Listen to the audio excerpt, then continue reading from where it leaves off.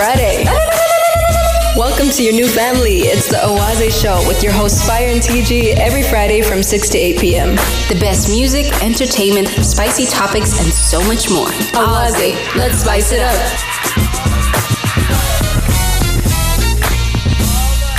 Hey sis. Hey sis. I wanted to ask you, how do I tune into the Owaze Show in collaboration with the Australian Embassy? Easy. It airs every other Wednesday, 4 to 5 p.m. on 104.7 FM. Sis, how do I? Brought to you by Owaze.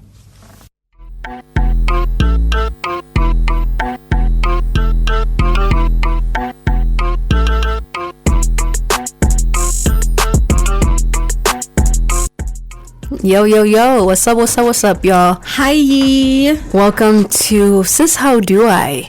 Brought to you by Owaze and the Australian Embassy. Hope you guys are tuned in and having a fantastic Wednesday afternoon. Is it evening? Is it afternoon? Afternoon. What you got going on? But how was everybody's day? We spent a good chunk of it together, didn't we? We did. Running around. It's a hard knock life. But we're back for another week. Last week, if you remember. Oh, yo. You were feeling so hot. Man, it took me down.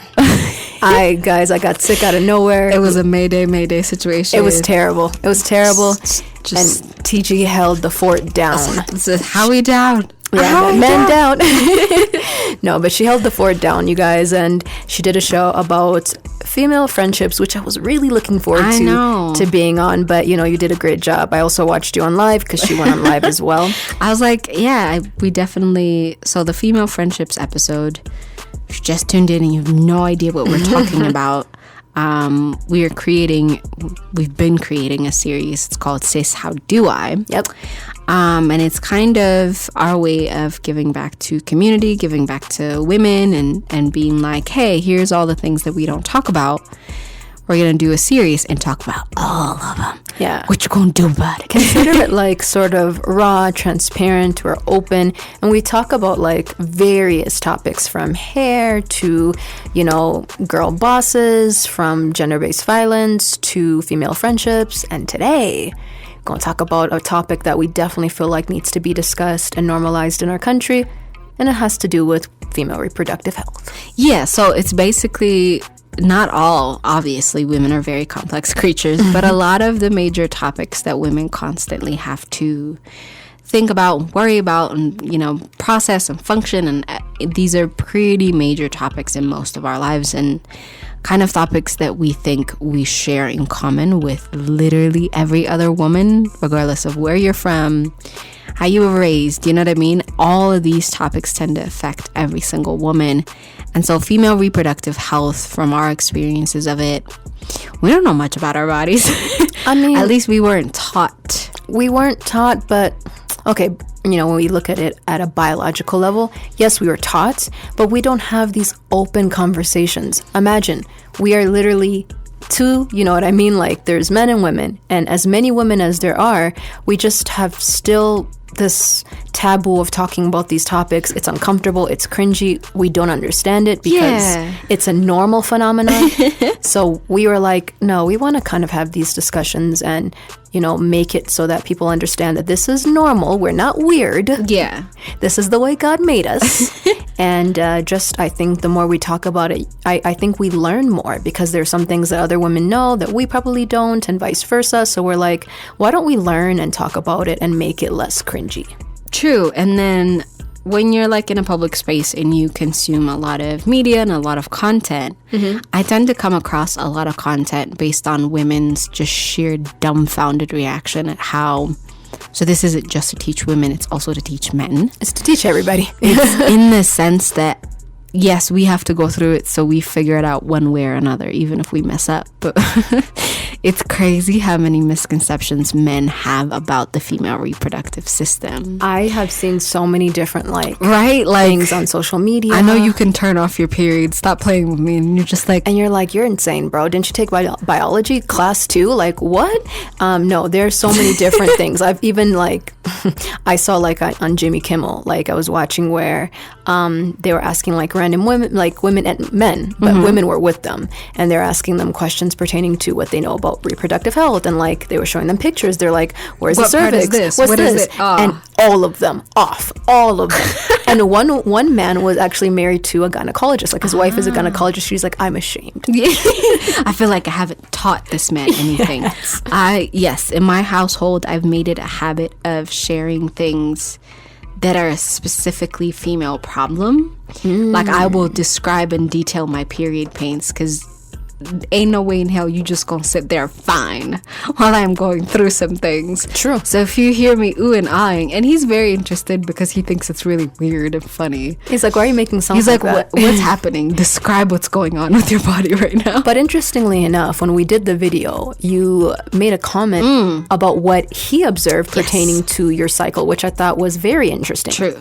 So in most of my past relationships and in most of my life, for most of my life, I will be honest, it's been like 2-3 years since I felt comfortable talking about my body like that. And especially not on like public radio. Not on this kind of platform.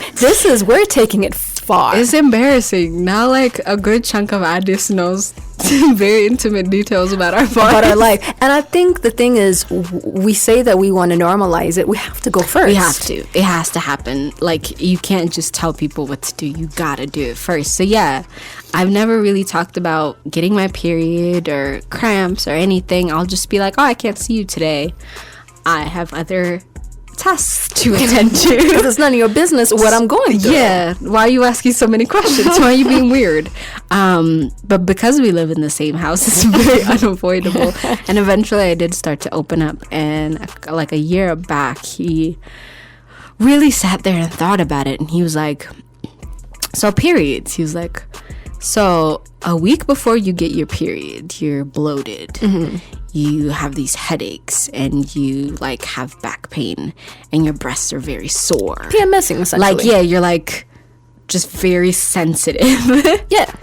And very emotional too. It's for me, it's more pre-period that I'm like, my hormones are all over the place. You know, interestingly enough, I guess, I don't know, I've never experienced a change. You don't get like a little sensitive? Like, No. I cry over anything. Oh my gosh, I have cravings.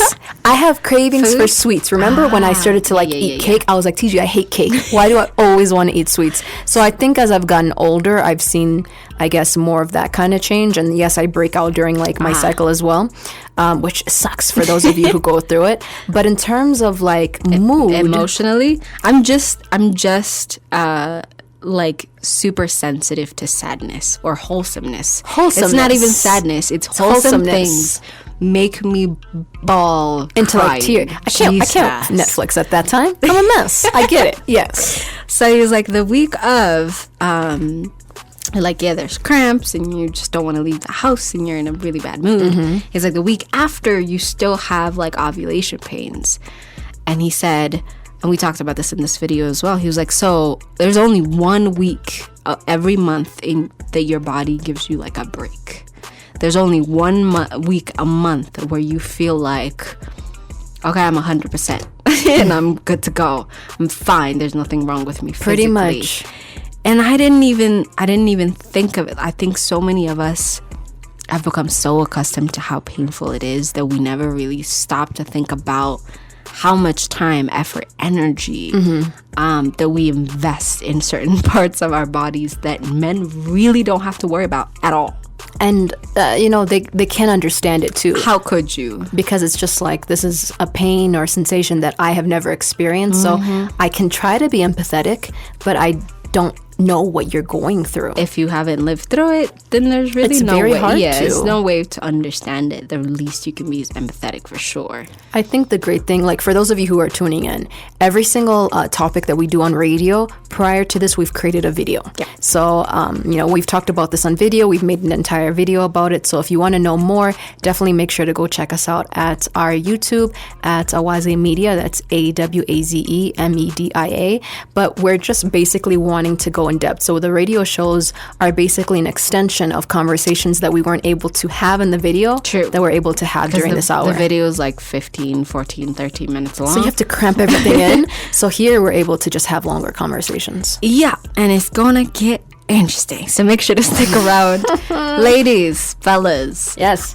We want you guys to text in and tell us For women, I want to hear about period awareness is one of the things that are listed underneath menstrual health.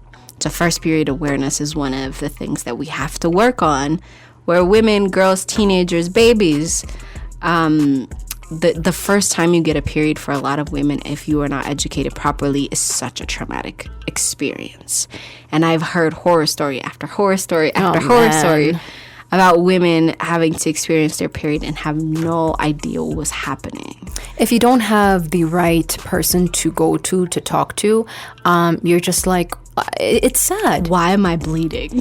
True. That could be a very terrible experience to have. But also, like, understanding and being in tune with your body after that takes time. It takes so long for you to learn. Because you're just like, okay, this thing is happening to me. And now my body has to readjust. I have to know what time of the month it comes. And sometimes, actually for a lot of women, it's not regular at all. And that's even more traumatic, by the way. Yeah. If you are able to, if it happens in the comfort of like your home, fine. You're cool. When it happens in public, oh, Jesus hold me. And you like, it's a week early or it's a week late, you just not prepared. I don't even know if you can go up to a boss and be like, I unexpectedly got my period today and I need to go home, sir. Ma'am. I mean, see, that's the thing. Because these conversations are not normalized, we feel shame about something that's so natural. Yes, and so we have to walk around the whole day just nervous as hell. Oh my God, I can't even begin to tell you, Ben. You know what I mean? Yeah. So yeah, there's so many conversations to be had in the sense that it really isn't that big of a deal. We need to grow up. Just as society, as humans, we really need to grow up. You can't be praising the miracle of childbirth, but at the same time shaming women for periods.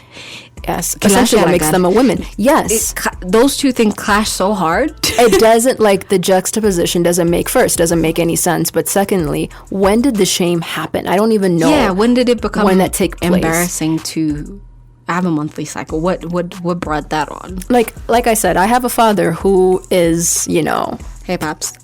PhD, like doctor in physiology, literally knows the body inside out, and never talked about periods with my dad. He didn't want to hear it. He didn't want us to ask him to buy pads. Like, it was just a non-conversation with dad. So you can imagine, even, if that's the case, what about the average person who, you know what I mean, just was like, nah, who doesn't want to hear anything about it at all? Yeah, for sure. Or even doesn't have, knowledge, doesn't want to talk about it because that shame is very much existent. So me and TG, we're gonna go in, like we said. True, we're gonna talk about is new.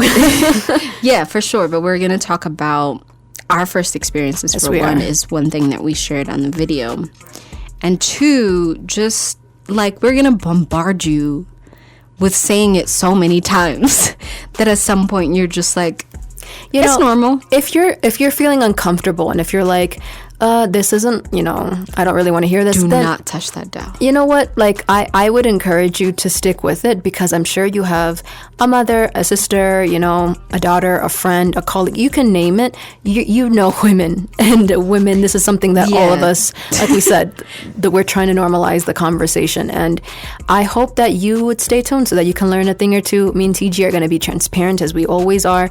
But we're going to go for a musical break. And then when we come back, get ready. Like I said, it might be a little cringy every now and then, but these are things that you need to hear in your life because either you're a woman or you have some sort of a relationship with other women. Yes. And so it's your problem too. Is all no, I'm saying. 100%. It matters. Okay? Completely agree. So let's get to some music, y'all, and we're going to be back after the musical break. Again, you can watch the video that we created on our YouTube at Awaze Media. Let's get to some music and we'll be back. Let's get it.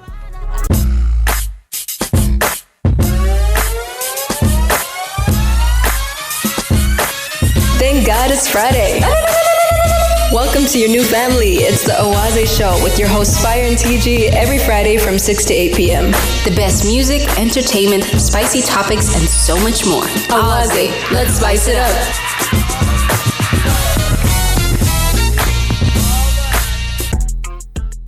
We're back at it, family. How you guys doing? Honestly, the hardest thing for me to do with my hair is put on headphones. TG like normally wears an afro. When she's not wearing an afro and she has her hair slicked back, then fine. But when she's wearing an afro, it's like smushed together. I can barely hear it because there's so much hair in between my ears and the headphones. It's terrible. But welcome back. Hi. How you guys doing? How y'all doing? Before the musical break, we were telling you guys that today's topic on Sis How Do I, brought to you by the Australian Embassy Ethiopia with the Direct Aid Program, is about periods. Just plain and simple. Straight out the bat. It's about menstrual cycles. It's about reproductive health, women's reproductive health. And just all around how our different, anatomy makes us need different things than men, unfortunately. And we really just wanted to have this conversation because I think now we're starting to see a rise on, people on social media, women on social media, talking about these things, showing, various ways in which women, have sanitary pads or just things that they use so that they can, get through the cycle. And I've even had conversations where other women shame women for, talking about it in public spaces, workspaces, where I had one girl literally just go off on me saying, I really don't like the fact that even with women, it's really hard to have this conversation because of the stigma. Yeah. And so here, it's not all women. Because me and TG are women as well. But we're wanting to have this conversation for both men and women simply so that we can say, stop the shame. Let's be able to talk about when we have cramps. Let's be able to talk about our cycles. Let's be able to not saying that we full force, want to talk about it, but if we want to, yes, we should be able to. One of the things that I've noticed is not only is it a taboo, talking about that, that whole topic is considered being vulgar. Like as if you, for example, talking about sex as a society, as our society, for example, just openly having a conversation about sex is not exactly culturally appropriate. Even though as a conservative society, the amount 120 million of us, we are very conservative, but when it comes to the topic of sex, we are people that don't want to talk about it, but we do weird things and watch weird things behind closed doors. But that's a topic for another day. True. We, as far as Google searches go, we're talking. This is stats, guys. We're not making this up. Yes, for sexual material online, we literally are up there, up at the top. I think we were even deemed a few years ago as number one. Yes. And the most perverted web searches ever. Yes, in the world. So here we're saying that we shame each other in public and in terms of these type of topics, but in the privacy of our own homes, it's another story. True. And so, yeah. And I understand maybe if you don't want to have a conversation about sex, that's perfectly fine. If it makes a person uncomfortable, okay. But when it comes to things like a woman's reproductive health, her menstrual cycle, that does not add up to me in the sense that this is something that a woman experiences. We've had a conversation on our video about the different ages where it starts. True, because that's also differing too. Yes, where I was 16 when I got my first period. Whereas I think I was 11. I was 11. 11, 12, yeah. I was 15, 16. And so this is something that women have for a good majority of their lives, every single month. Yeah. Imagine never talking about your salary. And imagine you started getting paid when you were 11. And the thing is, we say salary because it's a common thing, yeah. phenomenon. It's something that happens every month. It's something that everyone experiences. Whereas here, we talked about this before the musical break. We don't know where the stigma just started from. It's very weird. We don't know when people are like, this is a topic that we don't discuss publicly. True. But even not just publicly, we talked about this on our video. We don't even talk about this in our homes. And we were talking about on the video when we both experienced our first period, which, would you like to go first and tell your story? Sure. I guess for both of us, it was more, we knew it would happen at some point. Yes. Luckily. It wasn't a complete shock. I didn't know when. I didn't know at what time, but I do specifically remember it was 8th grade. I had just finished my national exams. I was hanging out with friends. I was allowed to stay a little later than usual. Like the sun was starting to go down. And I felt something weird, and I went to the bathroom, and I was like, whoop, I need to go home immediately. Oh, wow. And I went home, and I told my mom, hey, Mom, I got my period. And she was like, oh? And then she just went and bought sanitary pads and came back. She's like, this is how you use it. These are the flaps. You know what I mean? Had the conversation with me. This is how you stick it on. She handed me the whole thing, and I went in my room, and we didn't really talk about it afterwards. So I never got the, oh, you're gonna have cramps, you're gonna have, you know, different, like you might be emotionally unstable in these moments. Your back might hurt a little bit more than it usually does. You know, you're supposed to change this many times because you will get infected. See, this is a conversation people do not have. They do not have with each other. So I wasn't told how many days I was supposed to keep it on. And there was a lot of things I had to figure out on my own. I was 16, so I knew how to Google. Yeah. I could use Google, and I was a pretty smart kid, so I got through it. But in my future, for any young girl that ever crosses my path, I don't ever want them to have to find out when it happens. What about you? That's interesting, because when you found out at 16, relatively you're a little bit older. You've heard, you know, your friends or people around you have theirs. Maybe you've learned about biology and some things in school, kind of a little. I was 11. So the thing is, in 5th grade, so yeah, I was end of 5th grade. We learned about sex education 4th, 5th grade. We learned very earlier on. I went to an inner city school in which, you know, a majority of, you know, of the children were people of color. We were, you know, basically people of color. So we learned these things earlier on. And when I got mine, I was aware of what it was. It wasn't so traumatic in the sense that, yes, I was young, but because I got the knowledge about it even while I was younger, that when it happened, I was aware of what it was. I wasn't like, well, what in the world is this? Like, I knew what it was. And I happened to be at home, and I was in the bathroom, and it happened. And I called my mom. I was like, Mom, can you come in the bathroom? And then I told her about it, and she told me exactly what to do. Just like you said with your mom, we had that same talk in the bathroom, and she was like, this is what you do. But after that, we didn't have any further conversations. And it was funny because I started to break out a little bit on my chin after that. Yes. Like, I got like two little pimples, and I was like, my clear skin. I remember I was 11. I would look at my skin in the mirror and just be like, oh wow, it's because I got my period that's why this is like, I understood even hormonal changes at such a young age, simply because my body was experiencing, you know, different things during that time. But like you said, these are things that, because we have access to information, we're able to, you know, piece some things together. Whereas you think about people who don't have, you know, access to laptops or internet, and maybe, you know, other people who can talk to them like this, and just the trauma it is, because a lot of girls, even who don't live in the city, don't go to school within that period of time. So yes, we do have a culture of, especially in rural areas, it's considered like people treat you like you're dirty. Does that make sense? Having a woman having a period is treated as if you're unsanitary to be around. Wow. If that makes sense. And there's a lot of things that Ethiopian women, and I'm sure a lot of women around the world, have to go through that period of a month where they are isolated from family, they are isolated from social situations, and you literally are treated like you are filthy because of something that happens in nature. It has happened ever since the dawn of the human being. Yeah. And you're just like, man, miseducation and the lack of education, it like as if women didn't have enough to deal with. I already have a period, so can we not make it harder on me? You know what I mean? Like, women already have to go through cramps and being bloated and back pain and headaches already every single month.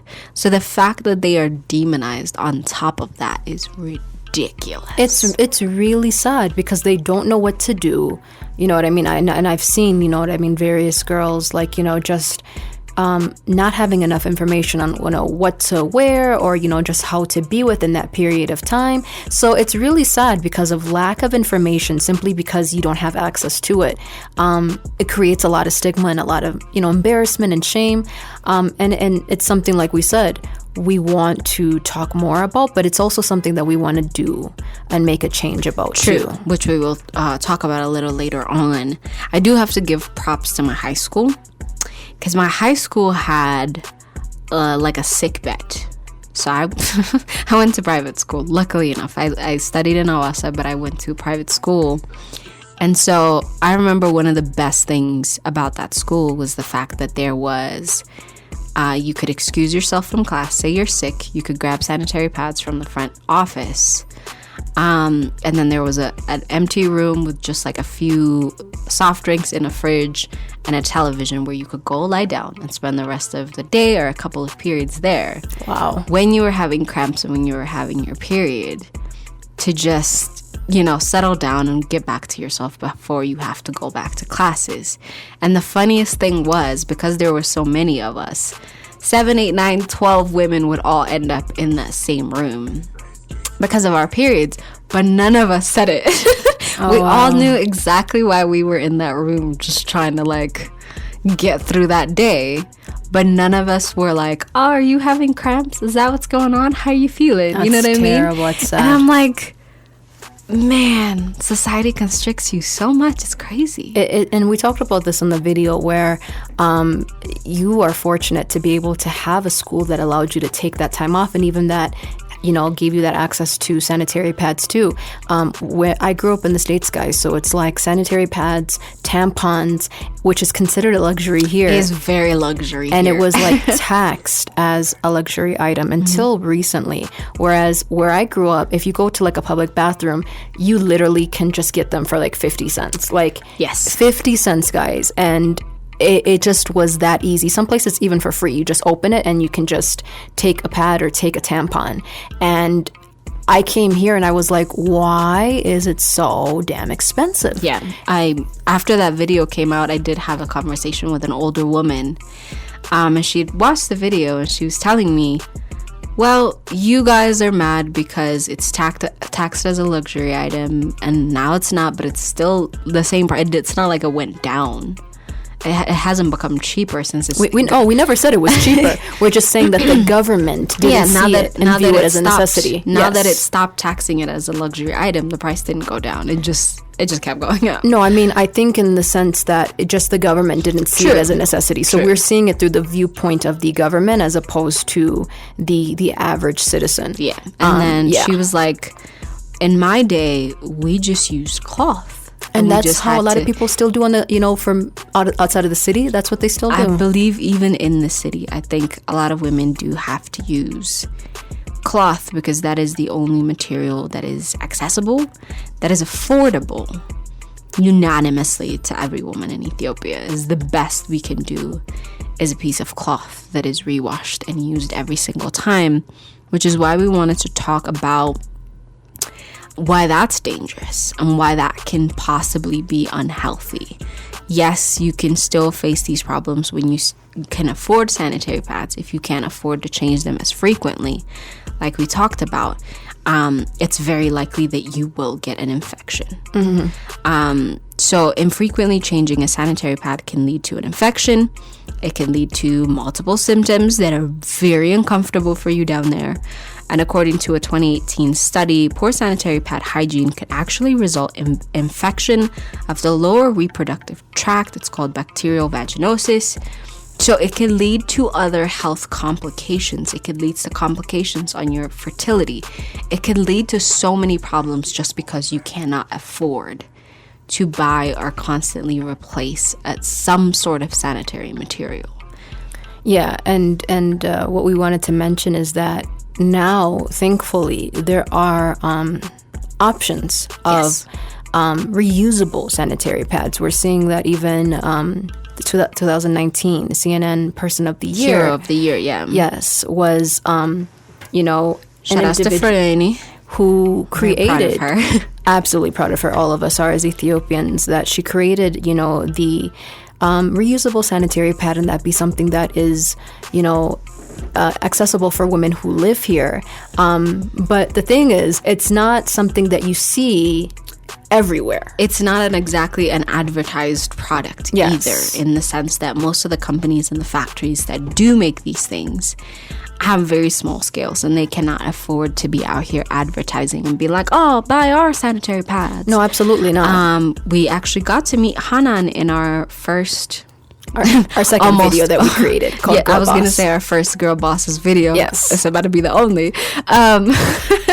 But we met her in our Girl Bosses video, and she was a person also making reusable sanitary pads. Mm-hmm. And that entire idea came from her experiences of the things that have happened to her because of her period.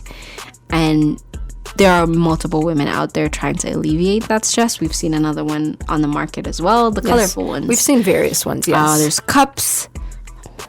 I haven't tried cups. I've heard Cups of are that. interesting. That I don't know if I'm gonna do that. And the thing is, like, I just wish, because like I said, I grew up in the West where there are various options for you to choose. I wish that there were options where a woman would be like, just like contraceptives, where it's just like, I'd rather, use this because this is what I'm comfortable with. Yes, this is what's comfortable for me. Yes, as opposed to being like, these are your only options, pick them. Like, you know what I mean? You pick a brand, but everything else is the same. Yes. Yeah, no, that's going to be a while for sure. But we're happy to see, I will be honest, even the reusable sanitary pads where moms and sisters and daughters didn't have to make their own at home. Yeah. I think it's only the last couple of years where we actually saw someone have a factory, have a workroom, make reusable sanitary pads and sell them. No, absolutely. This is a very new new concept. Very new phenomenon. So yeah, and this is just periods. There's a lot more to female reproductive health than our menstruation. But it's kind of a big one. This is a big one. And like you said, at the end of our video that we made, we were talking about like certain things that we just wanted to mention that we learned concerning reproductive health, female reproductive health. And so, menstrual cycles are one aspect, but, just even talking about, visiting your OBGYN or just even having, regular consultations about, your health, your reproductive health is not a thing in our country. It's not a thing that we talk about. It's not a thing that we promote. It's not a thing that women to women even really discuss. And it really has to change, because I think when you are not knowledgeable about your body, you're more prone to anything really happening simply because you're not taking care of yourself. True. And it's very hard to bring up the topic of just the disproportionate focus on women when it comes to the entire health spectrum, what is taught about women's bodies, some of the practices that we still have that were created 100, 200 years ago, and they were created with not a single woman was in the room to be like, yeah, that's a good procedure. That's what that feels like. Yeah. So a majority of the procedures that are performed on women are created by men who have no idea what it feels. I saw a video of just a sample of a uterine lining being taken a couple of days ago. Mm-hmm. And I literally saw them hole punch somebody's uterus to take a sample. And I couldn't speak for a minute. I was like, huh? Wow. That's what I have to do if I needed to get a sample? I don't know. And the thing is, when it comes to there's so many medical practices around that we're women's, not aware of. Yeah. And nobody ever tells you or explains it to you or goes, this is what you're going to experience in there. It just kind of dumbfounds women everywhere. It's definitely traumatic. I can say that because I've had some, routine checkups, and I have felt a bit of trauma. Yeah. And I leave out of it in tears. Yeah. And no one is like, well, yeah, that's what it is. Or no one at least explains it to me. So the shock. So you know what to expect when you walk into a doctor's office. And that's the thing. I don't know why we withhold this information. As a society, as women, I feel like there's certain things that we are much more forthcoming in talking about. I really wish this would be one of the things added. Just certain things like, okay, I wouldn't, talk to my OB, or, I went and got a pap smear, which is something that we should be doing as women like once a year. You know what I mean? Just so that we can be able to understand where we are in our reproductive health. But like I said, these are things that a lot of women are like, wait, I'm supposed to do that? Like, I didn't know. Yes. I've never had a pap smear. Yeah, I know. And I'm just it's like, crazy. We're just leaving it to Jesus at this point. We're just cruising through life, y'all. And we are some of the very few fortunate women that can actually afford to go do these things. It's still hard. Trust me, it's still expensive to pay medical bills, but yeah, we are like the top 0.5% of women who can actually afford to go get these tests, and we don't. And when it comes to pregnancies, which is another one of the topics that we couldn't address in the video because there's so much that goes into that conversation. Of those 9 months, of before those 9 months, of after giving birth, the amount of things that women have to go through when it comes to childbirth or carrying a child, the amount of precautions that we were supposed to take that we don't, the rate of maternal mortality in Ethiopia. It's a scary thing to even talk about. These are things that people don't talk about. Yeah, everybody's like, have a child. Do you know how many women go through things? Various complications? Yes, lose their children because of these things. Like, do you have any idea what it takes to have a child? Yeah. Or is that just something we've all been conditioned to say, get married, have children, set it down? You know, the complications are continuing to rise, not just only in Ethiopia, but we're seeing it for women of color all over the world now. And even in terms of COVID, it doesn't really help. But what we're saying is that there's so many things. Like we said, we have access to all the information on our fingertips. And we do pretty well for ourselves, but yet there are a lot that we do not know, even as women who we consider to be informed. There's only so much you can get to, and unless you go looking for that information and you look it up and you see the statistics and you are just shaken to your core. Or you come across women who are like, no, I this is what I've experienced, this is what I've gone through. And there's not a lot of women who are forthcoming, so we're like, okay, me and TG have to be those women. The things that we do know, the things that we have experienced, the things that we do understand, we do want to create a space in which we can talk about it, where we can have these conversations, and where you guys can also tell us certain things that, you know, you've experienced or that you know or that you want to know. Yes, definitely. Like, the start of everything, like we always say, is to start the conversations. Mm-hmm. So even though we only addressed menstrual health in our videos because it is something that we're focusing on specifically for this project, it's something that we want to do something about at the end of the project, which is why we focused on that for the video as well. Absolutely. But maternal care. Since 2000, Ethiopia has actually been able to reduce maternal and child mortality by half. Because I remember a very specific campaign of too many mothers are dying because of childbirth. Yeah. And we need to do something about it. And I remember the campaigns happening. It was reduced by half. But even then, 412 out of 100,000 women will give birth, pass away. That's 67 out of every 1,000 women that die due to childbirth in Ethiopia. Is this currently? Yes. And that is still incredibly high. 67 out of 1,000? It is. Excuse me?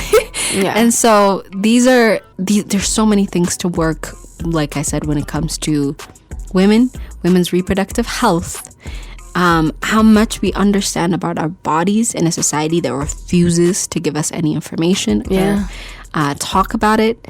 You have moms, you have sisters, you have female friends, but we all just pretend to be okay, and it's not okay. And just because people don't talk about it, just like TG said, that doesn't mean that we don't feel it. That doesn't mean that it's not, it doesn't hurt or it's not challenging. I think it's just because we feel like there is not a space in which we are safe enough to be able to talk about it. We're talking about safety in terms of being comfortable, in terms of being vulnerable. So we're going first, and like we said in the video, we talk about our experiences. We are also forthcoming, but this is a conversation that we don't only hope to just have today, but we want to continue to have, and we want to continue to be able to vocalize. And, we're just going to keep it going. And there's something that we really want to do about it in terms of a cause that me and TG want to create.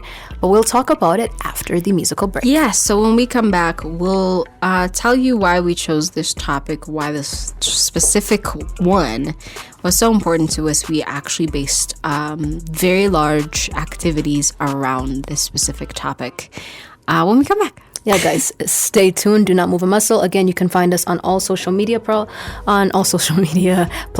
at Awaze Media. That's AWAZEMEDIA. Let's get it.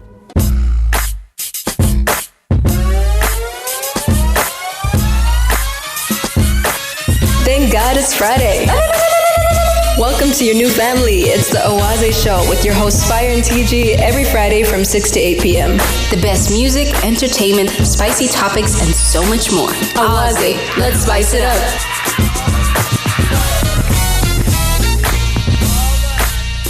Yo, welcome back, y'all, to Sis How Do I here on Awaze, sponsored by the Australian Embassy Ethiopia as well as the Direct Aid Program. Shout out to the Australian Embassy. It's dawning on me now that we're into our 6th. Was this our 5th video that we did? Yes. It was our 5th. Sixth we literally radio have show. just a couple more to go, y'all. We're almost It's done. only 8. It's almost over, you guys. Well, we'll talk about the progression of, the project, how we feel about it on another show. And what's next, too? Yes. This show, before we end it, we wanted to talk about something that me and TG have been so excited to do, that we've been looking forward to since the beginning of this project. Mm-hmm. And it has to do with how we decided that we wanted to raise money so that we can put together a care package concerning reusable sanitary pads, and other things that we would, I guess, accumulate within the care package. And we wanted to give it to inner city girls, just so that we can understand that it's not only just talking about female reproductive health or menstrual cycles, but we wanted to do more. We wanted to give back. True. It's something that we figured out when we were initially writing the proposal for what we wanted this project to be. And one of the stats that we came across is that 40% of girls, especially in rural areas, have had to drop out of school, miss too many days of school to a point where they couldn't go back anymore. Yes. Because of their menstrual cycles. And we were like, whoa. It's a lot. That is a ridiculous amount of women who are unable to get an education, unable to change their lives. Education might not be everything, but it's super important. Stay in school, kids. Knowledge is everything. Even just Yes. knowledge around, reproductive health and menstrual cycles. You'd be surprised, just what you know. That doesn't mean the person or the woman or the girl next to you knows. True. So, yeah. And so we had decided, if we do end up working with the Australian Embassy, one of the things that we want to do is just try to find a budget in which we could donate sanitary pads for sure, educational materials. Yes. And just give at least a couple of girls the chance to stay in school, still get an education, because you have no idea what that means to somebody that can't afford it. Yes. Well, we're hoping that with your help, we can do more than just a couple of girls. We're hoping that we can help as many girls as possible. Yeah, a couple. I'm. She's being modest. I'm lowballing it She's when being I say a couple. But we're hoping that we can help as many girls as possible, as well as for those of you who are tuning in, whether you are in the country or abroad. This is something that we are wanting to do in the next coming weeks, just to be able to fundraise and generate as much money as we can towards helping as many female students that we can. True. So if you guys are interested in donating, being a part of our giveaway to inner school girls, just a care package that'll get them through the rest of the year, so that they can stay in school and pursue their education regardless of their menstrual cycle, and make sure that they understand that it's okay and that people understand and they want to support and they want them to succeed. You have no idea how much that means to anybody. Oh, that would be amazing. Me and TJ are planning to make a video. We'll make a video talking more about how you can help and more information pertaining to this. Yes. So make sure to be on the lookout on our social media at Owaze Media. Alrighty, that being said, we gotta go. We do. We're done for the day. But thank you so much for tuning into the show as per usual. We love you guys. We do. Please do come out and support and be a part of this. We'll try and make it a yearly thing, which is the goal. Oh, that is absolutely the goal. The goal is not to just do it once and give up. The goal is to keep it going and help as many girls as possible stay in school. But yeah, this is our first one. So even if you can't donate, just kind words to the girls, y'all coming out, showing some love, anything, honestly. Even spreading information, yes. Letting people know that this is what we're doing. So even spreading the information to as many people as you know via word of mouth or on social media would be amazing. Yes. So you guys can hit us up if you do want to donate or want more information on all our social media platforms. It's at Owaze Media. AWAZEMEDIA. I almost said Owaze. I know. I was just like, I heard you, boo. She's over here smiling at me.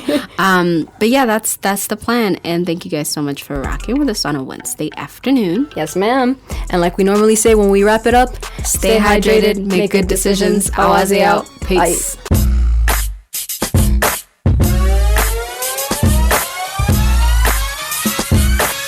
Thank God it's Friday.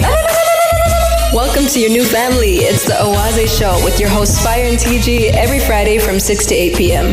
The best music, entertainment, spicy topics, and so much more. Owaze, let's spice it up.